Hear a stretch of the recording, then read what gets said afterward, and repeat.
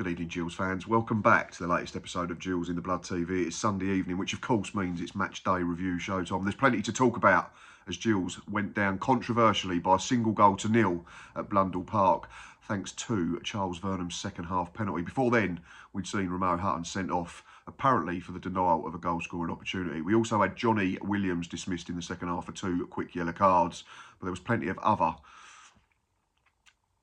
mysterious, controversial decisions made by referee Zach Kennard Kettle. Yes, that surname we thought we'd got rid of in refereeing circles in the lower leagues, but it is back to haunt us again. So yeah, going to try and unpack everything, try and remain level-headed and not get too angry. First of all, it's just such a shame that Kettle had such a big impact on the game and how it played out, because for 30 minutes I thought it was a really competitive football match. It was two good sides who sat third and fifth in the table at kick-off, going at each other, back and forth, to and fro, end to end. But unfortunately, after the first red card, it became a training exercise, didn't it? And in terms of being a proper contest, it just wasn't competitive anymore. Team news is always the starting point, though. There were 2 changes made by Richard Dobson. Bradley Dack and Josh Andrews returned to the starting 11 at the expense of Shadogi, who was dropped back to the bench, and Sam Vokes also back on the substitutes bench. So it was a 3-5-2. Morris in goal. Back 3 of Smith, McKenzie and Gale. It was then Hutton, Coleman, Dack, Williams and Clark as a 5. And then a front 2 of Palmer, Holden and Andrews. Our bench options were Jake Turner, Shadogi, Lenny Serino, Amani Little returning to the matchday squad for the first time in over a month. And then Marcus Wiley and the already mentioned Vokes, plus Elliot Nevitt. Like I've already said, the game looked like it was going to be really, really interesting and a really competitive watch, entertaining as well. It immediately had a really nice flow to it. It was 2 good sides, like I say, going at it. A couple of bits that I didn't catch on camera was Seb Palmer Holden's early header. He just couldn't stretch for a Bradley Dack cross. And then the big moment was when Glenn Morris played, to be fair, an absolutely ridiculous ball out of his hands that set Palmer Holden away. But Christy Pym stood big and made a save. Either side, maybe we go 1-0 in front, but it wasn't to be. But yeah, there was good moments for Grimsby as well, wasn't there? Like I say, there was a proper to and fro and a proper back and forth to the football match. And here's some examples of that.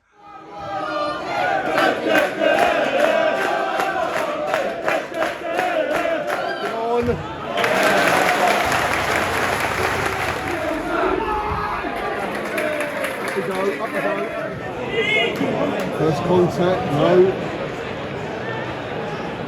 Got it back.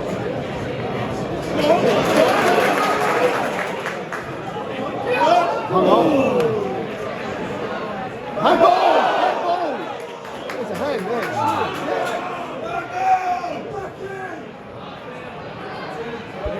Oh.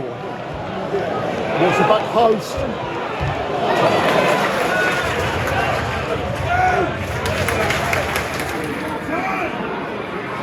Oh, that's a bit too easy.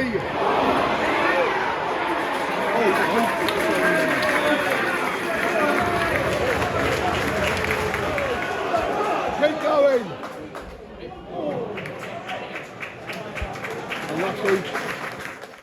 In amongst all that footage that I caught, there was an early lunge by a Grimsby player on Johnny Williams in the first few minutes that went unpunished.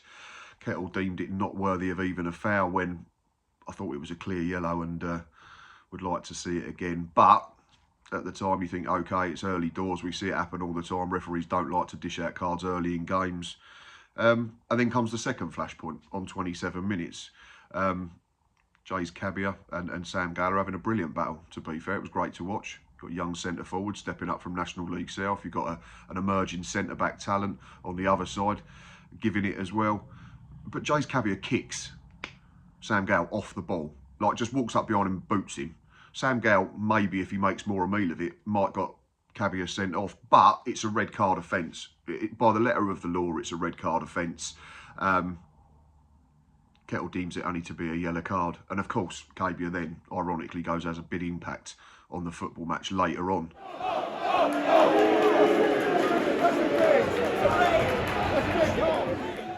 I think we know the way that we play and the way that we set up means that generally we have less ball, and then you couple that with the fact that Grimsby are very good football inside and they're at home, means that they're going to have more territory. They're going to boss possession and that type of thing. But I thought the Gills were giving as good as they got.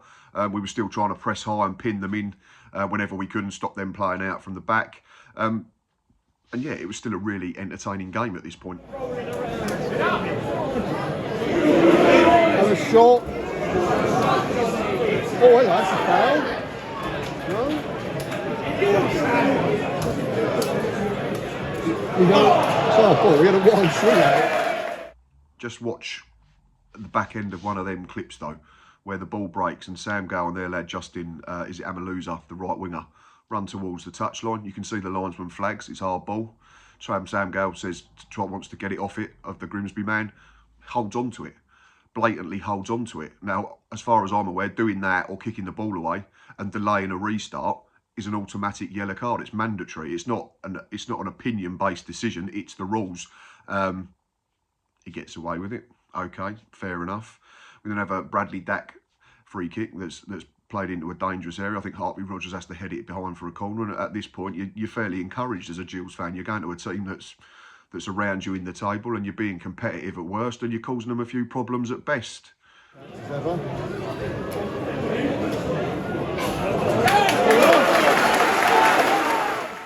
And then the moment that changes the game. Ball played downfield. Ramo Hutton, all I'd say he does wrong is he lets it bounce, which allows Caber the opportunity to chase him down. I think if he just hacks it up in the air or boots it in the touch or goes back to Glenn Morris, we don't have a situation. So, but from there, he doesn't do anything wrong. He certainly doesn't warrant being sent off. They both want to get to the ball. Caber's obviously enthusiastic to get it because he thinks if he pinches possession, he's running away and through on goal. Hutton's obviously trying to protect our goalkeeper and stop that happening. There's a coming together. I think Cabia fouls our man first. They then both fall over. They both try to get up. Now, anybody who tries to stand up, tell me if you can stand up without putting your arms forward or your arms up. You have to put them up somewhere. There's contact between the two players. But Kettle can't get his red card out quick enough. So that's gone down as a professional foul or the denial of a goal-scoring opportunity. But how? He's 45 yards from goal, the Grimsby lad. I'm not even sure he's looking the right way. So chances are if he stands up, he has to lay it off. We've also got Max Clark and another player on the cover. Yeah, I like to give myself a day, which I've done before I do these reviews, because it's an emotive sport and you say things in the heat of the moment on a match day live or to a microphone if you're a manager or a player immediately after game. But I can't for the life of me, even now, see how that's even a foul, let alone a straight red card.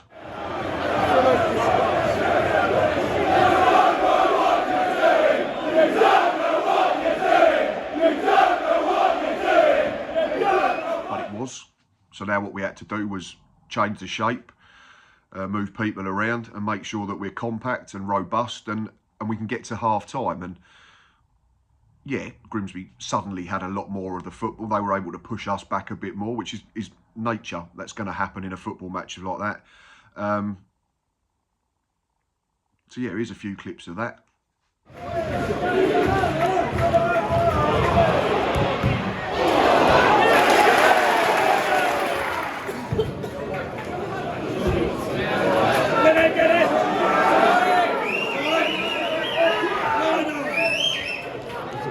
Sweet. Oh, back post. Another talking point in amongst all that though was Amaluza again involved, and he sort of makes a run across our box. Unfortunately, I missed it on camera again. He was running away from goal. Just chucks himself to the floor for me. Now I know there are cases where it's not a foul and it's not simulation, but this one looked blatant to me. It looked nailed on that he dived. So that's now 2 offences, delaying a restart and trying to con a referee. He's not got a yellow card for either. So, and I know we say every week about consistency from referees, but when the man in the middle is over and over again, changing the way he referees the football match, 1 minute he's being lenient for one side, then he's being ultra harsh for another team. And yeah, I'm talking about the lunge on Williams isn't even a free kick. And then he can't get his red card out quick enough for Ramo Hutton's red card. Of course, it leaves a bitter taste in the mouth, and I'm trying to be as balanced as I can here, but it is really, really frustrating. But yeah, we got to half time. So it was all about Richard Dobson and the coaching team getting into the players and talking to them about what we're going to do and how we're going to plan for a 45 minutes, where we know invariably that we're going to come under a lot of pressure because Grimsby are a good side.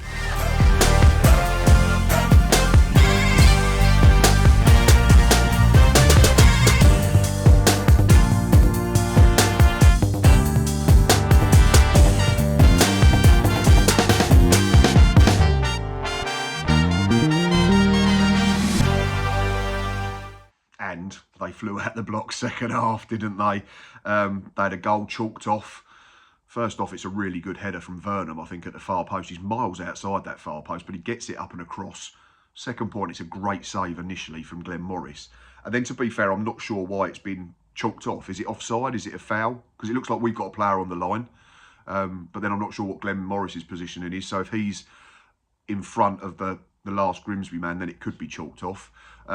But yeah, that was a let-off, and it was a warning that we were going to have to be really, really switched on if we were to get anything from the football match. Here we go!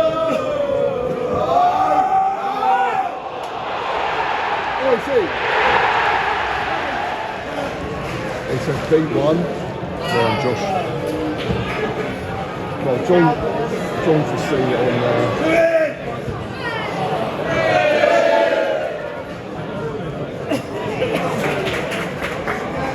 Really had a lunge, did Sam.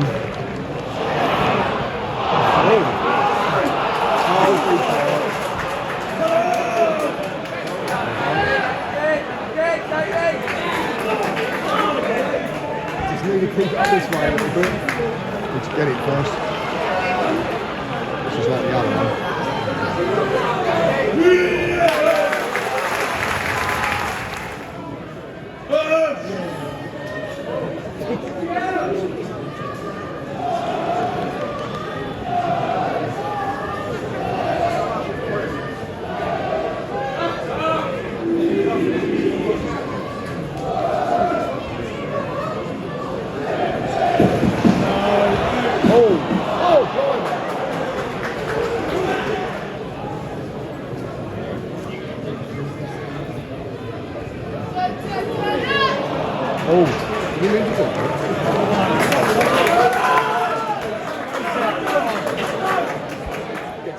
Then another talking point, yellow card for Harvey Rogers. Yet I've seen the footage back on social media. That's a red card for me.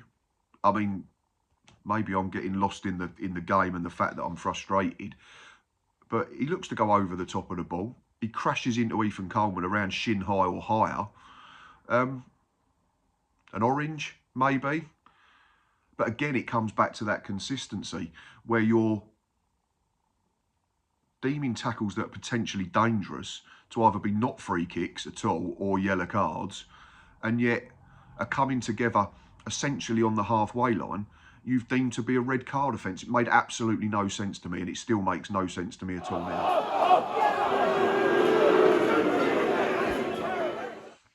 And then the penalty, which ultimately wins Grimsby Town the football match, and it's that man Cabia involved again. Him and Gale in a foot race, still a good battle. Gale doesn't step across him, Gale doesn't lean on him, it's just shoulder to shoulder. If you're a Grimsby fan, I can understand you say that Cabia's clever, gets himself, pushes his leg across Gale, but it's not a penalty. It's no way a penalty. It's very, very soft. I'll refer you back to my previous points. I'm not going to keep repeating myself because it gets boring. But yeah, he gives it in front of the home end. And to be fair, Vernham tucks it away superbly well.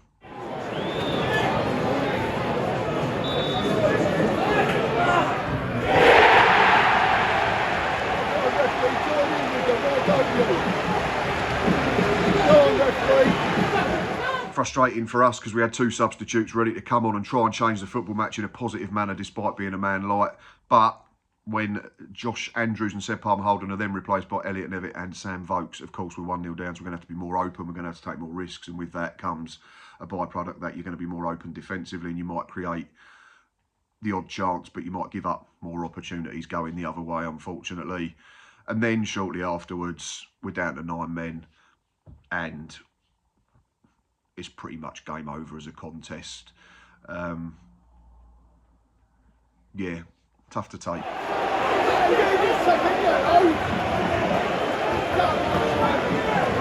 That is not a second yellow card! That's not a second yellow. Tough to take, I mean, in the sense that the first Johnny Williams yellow card is absolutely fine. I've got no issue with that. That's a cautionable offence. But this one, bear in mind you've seen Harvey Rogers only get yellow carded. And I know you can't compare every single decision, but to me it looks like Johnny Williams is just trying to turn and track his man, and there's a coming together, they tangle legs. Give the free kick, show some common sense, and that's what frustrated me the most about Kettle's performance on the afternoon. There was literally zero common sense applied to any of the football match. Like, think about whether you're endangering an opponent before you make a decision. Think about where people are on the pitch before you make a decision.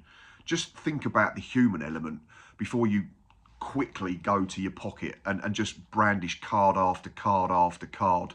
Yeah, astonishing.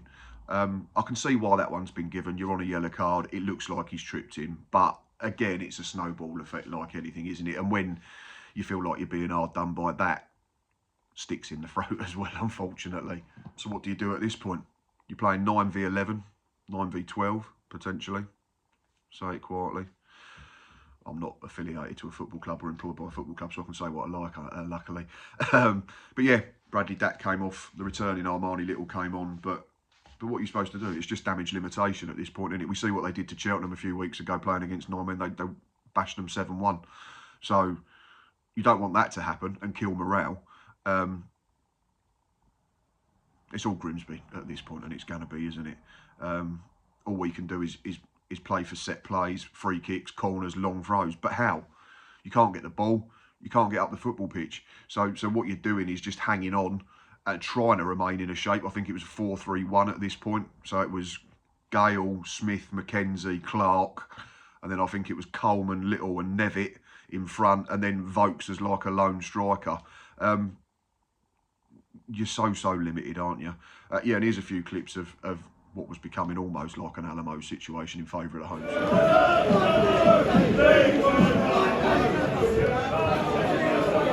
He's got a shot. That'll be a bit more adventurous. How should be adventurous with 9? Well, that's going to be the problem now, isn't it? Take your goalie off. Well, I think you've just got to, you've always just got to go for it. Get it to him! Get it to him! Ooh.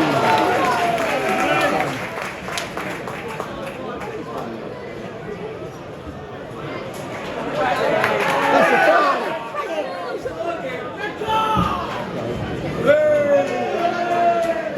You can't judge a defeat like this. Yeah, and we've been outdone by a referee. Simple as that.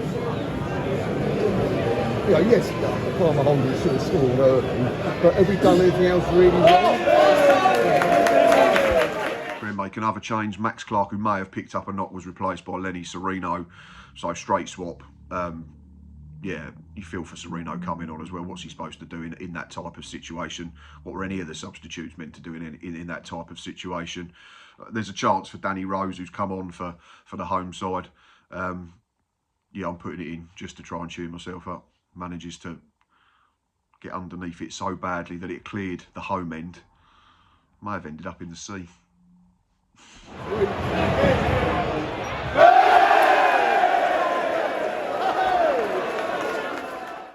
After that, we kept saying, just keep believing. And we know how many late goals we've got this season. But again, that's been with the full complement of players, not 9 against 11 against a very good footballing side away from home when you're trailing in the football match already. But we did get a few set plays, didn't we? Maybe not in close proximity enough to really cause problems and whip something under a crossbar. So it was a case of putting it into the 6-yard box, into the mixer. We won a lot of first balls. first contacts, but unfortunately you've got so little players that you're then struggling, to pick up second balls and second contacts. There was a shout from Elliot Nevitt for a penalty as well. It would have been really soft, it was given. So yeah, I think he got that one right, Kettle, one of not many. But yeah, full-time whistle went. Said it on social media Saturday night, I still feel it now. You feel like we were stitched up. And I can't get away from that feeling, unfortunately.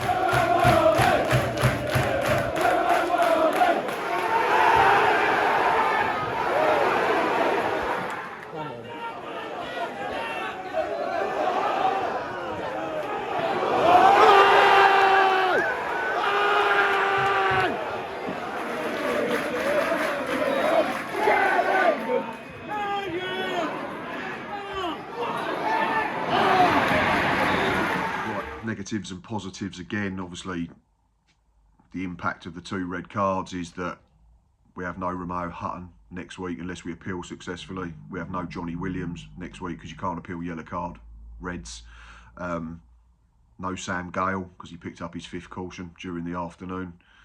So we're going to be very much patched up next week. We've still got no Aaron Rowe. We've still got no Gareth McCleary. We've still got no Johnny Smith. Still no Connor Masterson. Ewan Williams has been close for what feels like about 2 months now. So yeah, answers on a postcard how we line up next week. But that we worry about later on in the week. No winning 4 is obviously frustrating after such a good start. But on the other side, again, we talk about character and togetherness and sticking together. They're in abundance again. Couldn't be prouder of that group after what we watched yesterday afternoon. The performance again is solid in very trying circumstances. Like, I know we've not created much, but what are you supposed to do when you're playing with 2 men short? Fan reaction at the end was absolutely incredible. Armani Little's back, so yeah. But for me, here's the clip between the players and the fans at full time, which was absolutely superb to be a part of.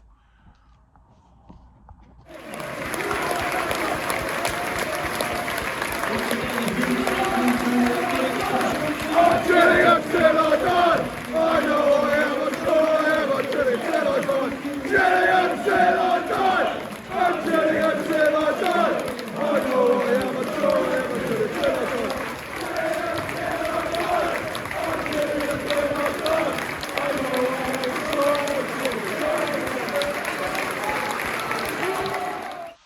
Man of the match.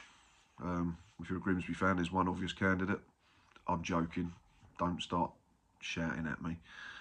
I'm going to give it to all our boys because there was a spell, second half, where we looked like we could lose our heads. A couple of quick bookings. Little got frustrated, chucked the ball away, which as captain you don't want him doing, but you can understand it when you feel absolutely everything's going against you. Ethan Coleman, rightly booked for a rash challenge, was a bit naughty. But when you feel like you've played 11 v 12 for 90 minutes, when you feel like you've played 10 v 12 for 60 minutes, and when you feel like you've played 9 v 12 for 30 minutes, it's easy to just let things unravel. We didn't do that. We stuck to our guns, we stayed in our shape, we tried to stay in the football match. And like I said, I've already alluded to the Cheltenham game versus Grimsby a few weeks ago. That could easily have been us if we'd let it happen, but we didn't. And then we even, at the end, were putting a little bit of pressure on, which was astonishing in itself. So yeah, for me, collectively, every single player deserves huge amounts of credit for that. I think both red cards are harsh. I've said that already. I can understand the second one a little bit more. But to a man, no criticism for me at all. That was a phenomenal effort in the most difficult of circumstances. I don't usually talk at length about referees, but I think we have to. Zach Kettle was the man in the middle. Seen lots of comments on social media from Gills fans and Grimsby fans. In fairness, there's been a lot of Grimsby fans that have sort of been sympathetic to our plight, and we all know that, you know, we get decisions sometimes that we shouldn't, and other days you don't get the ones that you feel you deserve, and that was certainly a case of that yesterday afternoon. The apple doesn't fall far from the tree, like father, like son. Obviously there was a few chants in the ground at the time yesterday that I'm not going to repeat. If a referee sets a precedent at the start of a game and then follows that through for 90 minutes, then no drama. So if he says everybody gets one bad tackle before a yellow card, you go fair dues. I mean, unless it's extreme. Or if you go, right, first tackle, that's a yellow card. Right, then everybody gets treated the same way. But Kettle didn't do that in any way, shape or form. We go back to the challenge on Johnny Williams early in the first half. Doesn't even stop the game. It's a foul. It should be a card. So you think, right, he's going to be lenient. Then you move it further down the line. Amaluzur gets holds on to the ball to stop us taking a throw. Not punished. Fair enough. Jay's Cabia kicks Sam Gale when the ball's not near him. That should be a red card. And then you get the dismissal of Ramo Hutton, which is soft at best. Like, I don't like questioning the integrity of officials, but there were at times yesterday where I was really struggling to not do so, unfortunately. And he might have just had a really bad day at the office, Kettle. But it's tough to watch when you travel all that way to watch your team and you feel like you're being tucked up constantly over and over again. We then got the dive for Amaluzur, haven't we, as well, which doesn't get punished. You've got the awful lunge by Harvey Rogers. That's only a yellow card. Yeah, for me, both reds and the penalty have a dubious feel to them. And I understand that's probably because I'm frustrated and I felt that every decision was going against me and our team, sorry. But surely some sort of assessor looks at that game and says that that's so far way off the standards we should be getting as a professional sport, that something has to be done, surely. And I know people have talked about we've had soft decisions to go against us this season. You understand that. Second penalty against... Now, the first penalty against Chesterfield shouldn't be given. The one at Bromley wasn't given. But Gareth McCleary got a retrospective ban for that. And I'm not wanting every single player that wins a penalty in dubious circumstances to be given a retrospective ban. That's not what I'm asking at all. But when you've got decisions not being made correctly that are so blatantly obvious, like kicking a player away from the ball is a red card, delaying a restart is a mandatory yellow, blatant diving is a yellow. It's difficult to take. I'm not sure what else to say on it. It ruined a good game. Sadly, that was the biggest thing for me as a football fan, and obviously the frustration as a Gillingham fan as well, as it's cost us the chance at least. And I'm not saying we was going to beat Grimsby. I'm not saying we was going to draw, but it looked like it was going to be a competitive game for half an hour, and then that went out the window with one very swift swoop of a red card. But before I blow full time on this episode, I will firstly say thanks for watching. Thanks for listening right up to this point, whether you're a Gills fan, a Grimsby fan or a neutral. Going to go for 100 likes on this one and be ambitious. The Matchday Live's going really well at the moment. It's wonderful what a bit of controversy can do for your views, isn't it?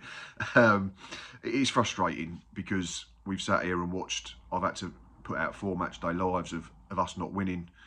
I genuinely think we could have had 6 or 7 points from the 4 games instead of 1. But that's the nature of football, isn't it? Sometimes you don't get what you deserve, like I say, and other times you get more than you deserve. So yeah, going to go for 100 likes on that. And like I say, please consider subscribing if you've not done so. But for a bit of perspective, football's not always the be-all and end-all. And in a week or so where Grimsby Town and Gillingham have both lost much loved and valued supporters, I just want to say rest in peace to both Harry Taylor and Malcolm Pearman, who supported their clubs like we do every single week up and down the country. Both gone far too soon. So love, strength and best wishes to the respective families of both of them football fans. Yeah, we'll be back Monday night with a League 2 hour, myself and Lee, and then I'll be back later in the week with a match preview ahead of Salford. But until next time, up the Gills.